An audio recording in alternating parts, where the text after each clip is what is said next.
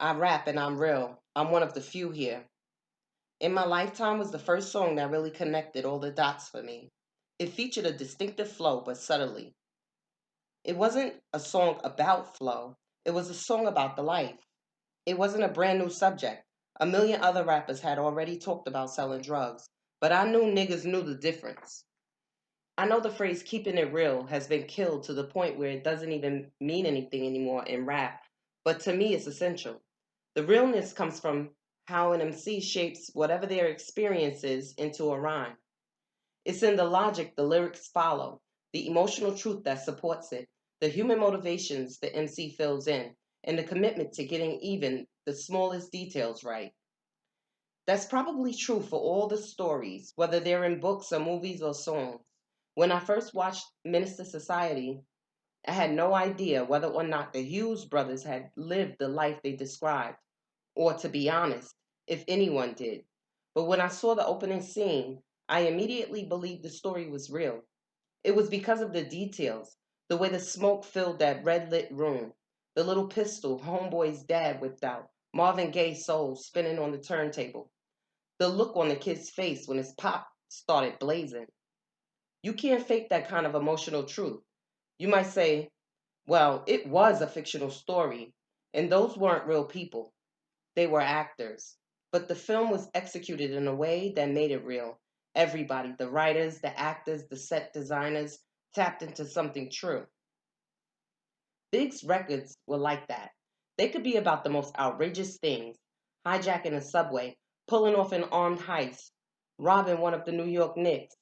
But he'd ground them in details that made them feel completely real, even when you knew he was just fucking with you.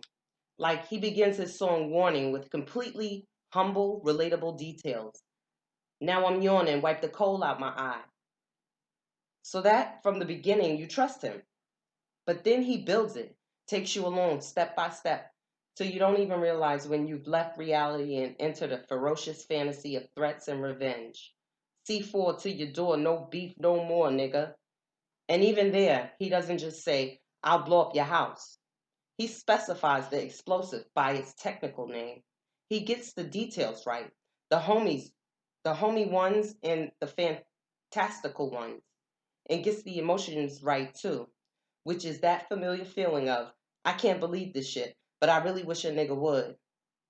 We've all been there at some point, although probably without the dynamite. It all stays real.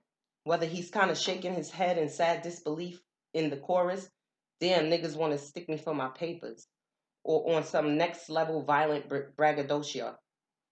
Got the Rottweilers by the door, and I feed them gunpowder. And then you get to the end, and he suddenly catches himself in the middle of his crazy escalating threats and becomes regular guy big again. Hold on, I hear somebody coming, which starts the story again. When Big got into it with Tupac, some hip hop journalists were like, hey, isn't this the same nigga who said C4 at your door? Why hasn't he planted a bomb in Pac's house yet? Which is just the kind of dumb shit that rap always gets subjected to. Not to say there wasn't real beef there, lethal beef maybe, but Entertainment Weekly isn't outraged that Matt Damon isn't really assassinating a rogue CIA agent between movies. It goes to show that even when he was narrating a fantasy with all the crazy blood rushing violence of a Tarantino flick packed in 3 minutes, Big was real enough that some people thought he was just describing a day in his life. Even some of our greatest MCs sometimes strayed away from their own emotional truth. You'll hear a conscious MC do an ignorant joint, and you'll feel a little sick because it's so wrong. Or a classic party starter like MC Hammer suddenly becomes a gangster, and you go, really? Please don't. You don't have to. When I was the CEO at Def Jam, one of my initial signings was The Roots. When I sat down with Questlove to talk about their new album, I told him, don't try to give me a hot radio single. That's not who you are. Worry about making a great album, from the first cut to the last, a great Roots album. You can't fake whatever the current trend is if it's not you, because it might work for a second, but it's a house of sand. I remember in the 1980s when rock music started losing ground, which created a lane for hip hop to become the dominant pop music. Once MTV launched, rock started to change. Styles started trumping substance, which culminated in the rise of the big hair bands. There were probably some great hair bands. I wouldn't really know, but I do know that most of them were terrible. Even they'll admit that now. And what's worse is that the thing that made rock great, its rawness, whether it was Little Richard screaming at the top of his lungs or Clash smashing their guitars, disappeared in all that hairspray. It was pure decadence. It crippled rock for a long time. I wasn't mad because rap was more than ready to step in. A couple years ago, when autotune started to really blow up in black music, I got the sinking feeling that I'd seen this story before. There were people who used autotune technology cleverly to make great pop music, the kind of music that gives you a sudden sugar high and then disappears without a trace. Kanye made a great original autotune album, 808s and Heartbreak, which was entirely his own sound. Kanye's a genuine talent, so he did it right. But then rappers across the board started fucking with it. It was disturbing. It felt almost like a conspiracy. Instead of aspiring to explore their humanity, their brains and hearts and guts, these rappers were aspiring to sound like machines. And it worked for some rappers. They made quick money with it, but they were cashing in at the expense of a whole culture that had been built over 2 decades by people like Rakim and Kane, by legends like Big and Tupac. And in the end, these auto-tune rappers were going to fuck up everybody's money. I also saw developments in indie rock that made me think they were ready to take rap's mantle because they were experimenting with different paths, that same authentic, raw place that rap used to inhabit. So I recorded a song called DOA, Death of Autotune. It wasn't because I was trying to destroy the career of anyone in particular. I wanted to kill Autotune like Kurt Cobain killed the hair bands. It's not a game. Musical genres have been known to die, mostly because they lose their signature and their vitality, and let other genres steal their fire. Where's disco? Where's the blues for that matter? What's hip hop's greatness? It's a cliche, but its greatness is that it keeps it real, in the most complicated sense of reality. And that realness lives in the voice of the MC. That will never change. In my lifetime, nigga, that was me first. To get In My Lifetime out there, we negotiated a single deal with Payday that guaranteed wider distribution than we'd been able to get on our own. Once we secured the deal, we rented an office in the financial district on John Street, around the corner from the World Trade Center. In our minds, we were staying close to the money, to Wall Street. Our girls, who to this day still work with me on some level, were holding us down. Tiny, fun ass Shaka Pilgrim, who's like my little sister, was in the office complaining about the mice and the dirty water coolers. Dara and Omoyole Macintosh started out our fan club, Fan Fam, before we even had any fans. Our office felt more like an apartment with a big screen TV, a leather couch, and dice games jumping off in the corner. We didn't have desks, computers, air conditioning, or any of that shit we really needed. We had a business plan, but we were still wild, rough, rough around the edges. When Shaka and Omye would go to leave the office at noon, Ty and I would be like, "Where y'all going?" And Shaka's smart ass would be like, "Hello, we're going to lunch. Ever heard of it?" People with real jobs in offices go on them. I started ordering food in, like, "Sit your little ass down." There was so much love back then. Everyone who started out with The Rock believed in us and wanted to see us win. When we went to Payday to promote the song, they gave us a box of flyers. Can you imagine that shit? Their budget could fit into Kink in, their budget could fit on a Kinko's receipt. Shit was so laughable. Some cats would have been derailed by lack of support from their label, but we had that plan. So we just hired Abdul Malik Abbott again and got on a plane to St. Thomas to shoot our own video for the song. We shot In My Lifetime in the Caribbean when other rappers were making videos at Coney Island. No disrespect, nice and smooth. We were filming on boats while dudes were dancing in alleys. The video wasn't aspirational. This was really the life we were living before we'd even released the single. We'd always had pool parties, but this one was even more of a celebration. When I looked on the monitor and saw Ty and Beehive having the time of their lives, I knew it's because they're proud that was doing the music thing. That I knew it's because they're proud that I was doing the music thing and doing it right. The next record I did was Dead Presidents. It was a strong single and we knew it. And we wanted it to pop in the biggest rap radio market, New York, which meant we had to get spins from Funkmaster Flex at Hot 97. Flex had become New York's hottest hip hop DJ with primetime airspace on Hot 97 on the weekends and a huge Sunday night gig at the Tunnel, a mega club in Manhattan. We tried everything we could to we tried everything we could do to get Flex to play Dead Presidents, but this nigga was not seeing us. Irv Gotti, who I've known since I was in London with JayZ, was working with artists like Mike Geronimo. He had Flex's ear and just stalked him until he finally broke the record. Irv also met DJ Clue at a gas station and gave him the single like it was a drug deal or something. It was the first time we got an ad on the radio.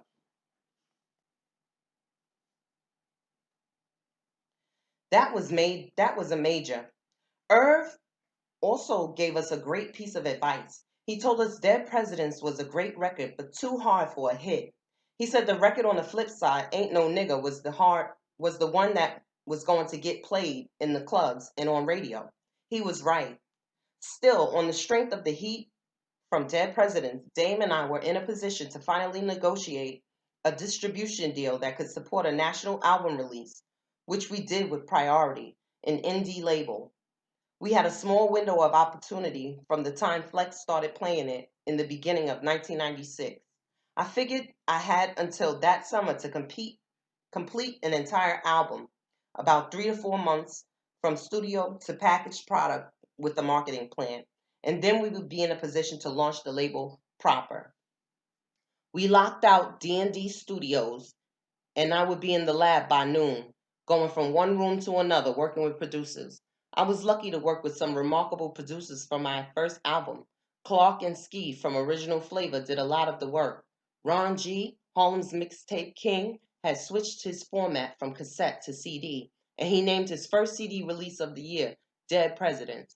Being hot on mixtapes made it easier to work with the legendary producer like Premier for Friend or Foe. Talented people were coming out to help me with my debut, and I appreciated the love. I don't think I slept for weeks at a time back then. I was living off pure adrenaline. When Big came through one of my sessions to see Clark, Clark played him the beat for Brooklyn's Finest. He told Clark he had to get on it. I remember Big from Westinghouse. He was quiet like me, but I can distinctly recall passing him in the hallway and giving him the universal black man half nod of recognition. This time around, we clicked right away. More than anything, I love sharp people, men or women. Nothing makes me like someone more than intelligence. Big was shy, but when he said something, it was usually witty. I'm talkative when I get to know you, but before that, I can be pretty economical with words. I'm more of a listener. When Big said he wanted to get on the track, I went into the booth and started laying down vocals. Big was in the back of the room smoking and nodding. He didn't get on that night though. He said he wanted to go home and think about his verse. In that moment, I gave his coming back to be on the song a 50% chance of actually happening. There was a 50% chance he was just talking shit like an industry nigga. We went to see Bernie Mac later that night and really clicked. He sent the song a couple of weeks later. Another collaboration on the album was with Foxy Brown. I knew Inga Marchand from before she did LL's I Shotcha in the fall of 1995. She was a tough, pretty girl I knew from downtown Brooklyn and perfect for the concept I had for the song Ain't No Nigga. One night I took a break from D&D to go to the Palladium, and when Ain't No Nigga came on, it seemed like every single person on every level of the club went to the dance floor. That night, the phrase "put your drinks down and report to the dance floor" floated through my mind for the first time. I'd later use it as an ad lib in the single "Do It Again, Throw Your Hands Up." I had never seen anything like the response to that record. They played it 7 times in a row, and the audience went wild every time. Burnt it all. This music is where I bury the ashes at. When I was a kid, my parents had like a million records stacked to the ceiling in metal milk crates. They both loved music so much. When they did break up and get a divorce, sorting the records out was probably the biggest deal.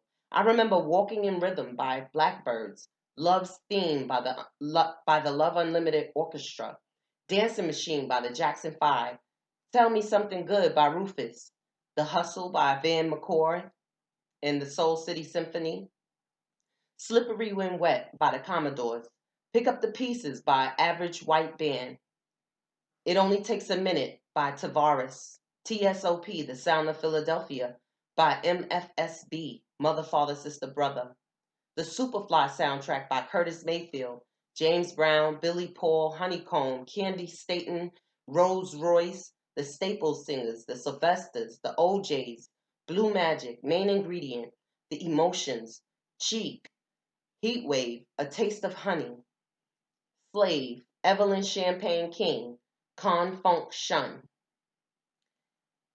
If it was hot in the 70s, my parents had it. They had a turntable, but they also had a reel to reel. My parents would blast those classics when we did our Saturday cleanup, and when they came home from work, we'd be dancing in the living room, making our own Soul Train line with Beehive, his sisters, and my sisters. I loved all music, but Michael Jackson more than anyone. My mother would play Enjoy Yourself by the Jacksons, and I would dance and sing and spin around. I'd make my sisters my backup singers. I remember those early days as the same that shaped my musical vocabulary. I remember the music making me feel good, bringing my family together, and more importantly, being a common passion my parents shared. That music from my childhood still lives in my music. From my very first album, a lot of the tracks I rapped over were built on a foundation of classic 70s soul. On Reasonable, we sampled the Ohio Players, the Stylistics, Isaac Hayes, and the Four Tops. The music from that era was incredible, full of emotion. It could be exuberant, like the Jackson 5, who I would sample on songs like Izzo, HOVA, later in my career, or passionate, like Marvin Gaye records, whose Soon I'll Be Loving You Again I sampled on my American Gangster album, or troubled and transcendent, like Curtis Mayfield. I rapped over a snatch of his beautiful, mournful Man Oh Man on Go Crazy with JayZ. The songs carried in them the tension and energy of the era.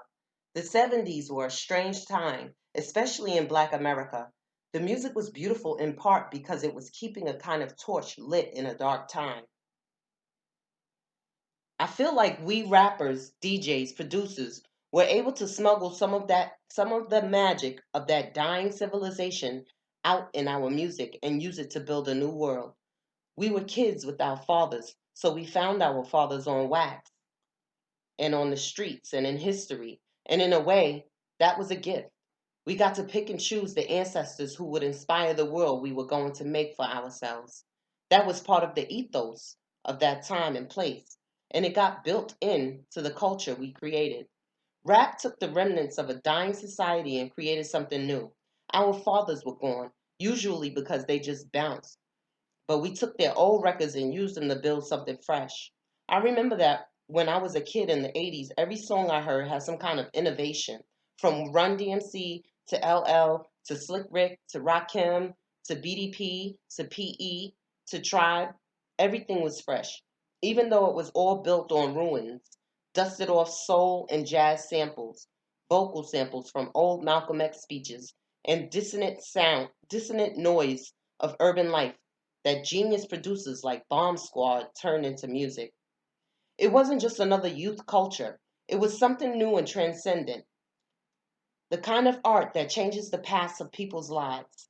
I know that sounds overblown, but ask any kid of my generation, and this applies to black kids and white kids, and kids in Indonesia, in South Africa, in Amsterdam, whether hip hop changed their lives, and you'll see what I'm talking about. I'm not saying that these kids grew up to be rappers. I'm talking about kids who discovered politics from listening to Chuck D and were never the same, or who felt connected to other eccentrics because of Tribe, or whose love of language came directly from their first experience with Rakim, or who got their sense of humor from Prince Paul skits, or Biz Marquis rhyming about picking boogers. There's a whole generation who hear Reminisce by Pete Rock and CL Smooth, or Bone Thugs Crossroads, and connected to their own personal tragedies. There are cats who felt like Cube was saying all the shit they'd get arrested for thinking. Some felt like Scarface was telling their story. I know for a fact that there are kids who learned about and got real cozy with the Cali behind the Chronic, or who lost their virginity to Don't Stop, Get It, and learned to respect women or themselves as women from Queen Latifah and Lauryn Hill. Rap started off so lawless, not giving a fuck about any rules or limits, that it was like a new frontier. We knew we were opening up new territory, even if we left behind a whole country, or sometimes our own families. But we struck oil, and it's not over. The beauty of hip hop is that, as I said at the beginning, it found its story in the story of the hustler. But that's not its only story. At this point, it's a tool that can be used to find the truth of it in anything. I'm still rhyming, not about hustling in the same way I rhymed about it on my first album, but about the same underlying quest. The hook to that first single in my lifetime was sampled from Soul to Soul's Get a Life. Just these words repeated over and over again. What's the meaning? What's the meaning of life? That's the question rap was built on from the beginning. And through a million different paths, that's still its ultimate subject. We are really high tonight. I hadn't been on vacation since I'd gotten serious about music, so I was happy to go to Miami to shoot the video for Ain't No Nigga with Foxy. Big was touring, but he took time out to fly down and make a cameo. Big loved to smoke, but I could count the number of times I'd smoked trees. Champagne and the occasional Malibu rum were my thing back then, but mostly I like to stay sober, the better to stay focused on making money. I come from that class of hustlers who looked at smoking as counterproductive. We used to judge niggas who smoked as slackers or workers. When I did smoke, it was on vacation in the islands. But when Big asked me to smoke with him, I told myself, relax, you're not on the streets anymore. It was happening. I had to admit it. I was out of the life. So I smoked with Big, and he smoked blunts. The last time I smoked, whenever that was, I'm sure I was hitting a joint. A couple hits later, and I was high as shit, sitting there, feeling outside of time, slightly stuck, and laughing uncontrollably. Big leans in so only I can hear him. I got you. That fucked me up. Big was a friend, but also a competitor. He gave me an important lesson at that moment. They call it the game, but it's not. You can want success all you want, but to get it, you can't falter. You can't slip. You can't sleep. One eye open for real and forever. Big's joke was such a small thing, but I was like, fuck that. The director was setting up shots and all that. But I went to my room and sobered up for 20 minutes before I came downstairs. When I came down, Big was laughing. His laughter was a beautiful thing, even when the joke was on me. This time I leaned in close to him. Never again, my nigga. When I was a teenager, I spent a lot of time in my rides, speeding back and forth between Brooklyn and New Jersey, where I lived and worked part of the time. I-95 to New Jersey runs along the New Jersey Turnpike, a famously boring stretch of highway, but we keep it alive by blasting Slick Rick till the speakers bled. Slick Rick was the wittiest shit out back then, but his sense of humor was like Eddie Murphy's or Richard Pryor's, dark and subversive. Maybe his eye patch and English accent had something to do with it, but he could make the rawest rhymes sound like masterpiece theater, just through the elegance of his style and his storytelling talent. He had the pimp's gift for talking shit, but making it sound like a seduction. And he had the kind of style that hustlers aspire to, at ease with the culture and language of the streets, but with the style and swagger of a prince. He never hit a wrong note. Today, people associate the whole gold jewelry and gold teeth thing with a kind of down south country style. But when Rick first rocked it back in the 80s, complete with a cape and a Kango, It was the essence of sophisticated street fashion. Back then, I loved his song, Treat Her Like a Prostitute. It's a great, totally ignorant song, and I mean ignorant in the best possible sense.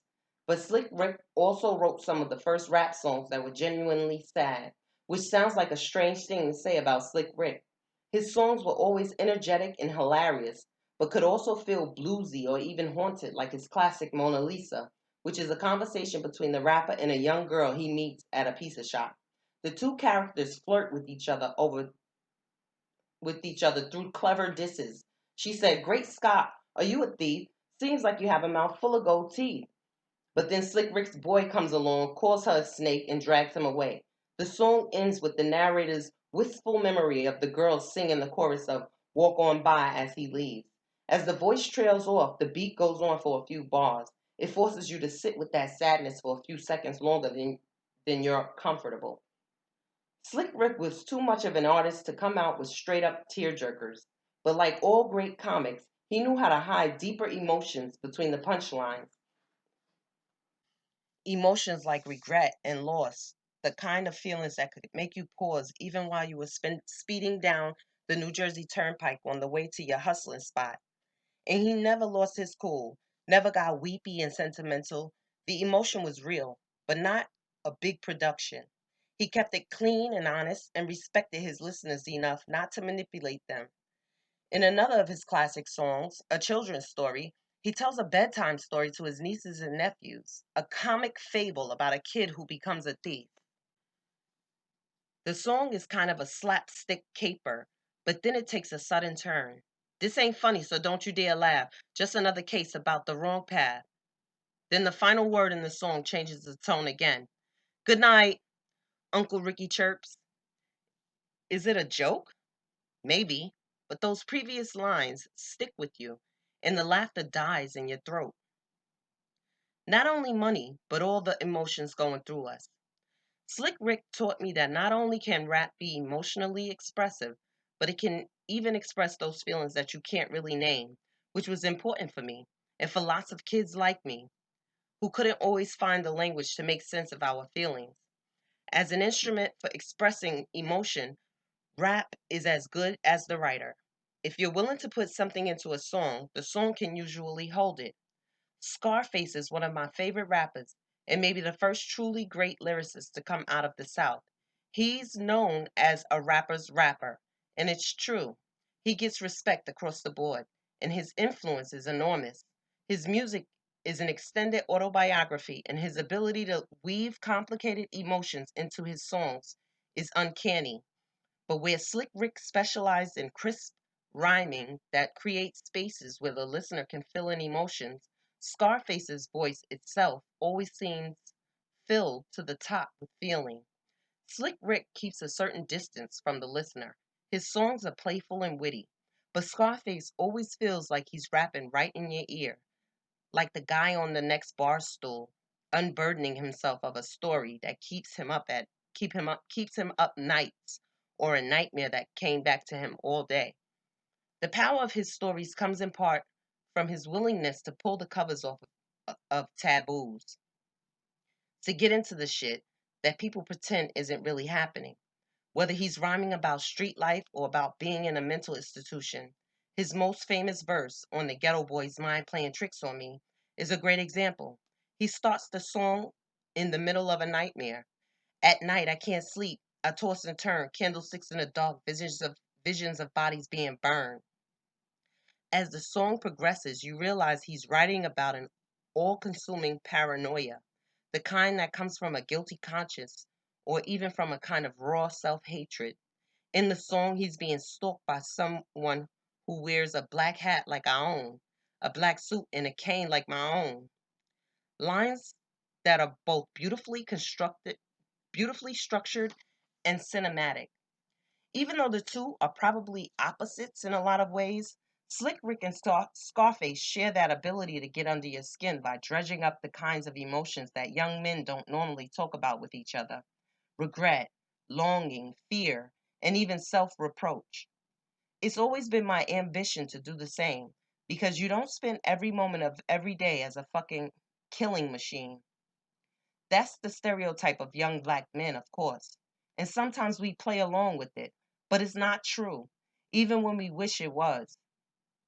Don't grieve for me, my art remains. I've done a couple of collaborations with Scarface, and they're always pretty intense.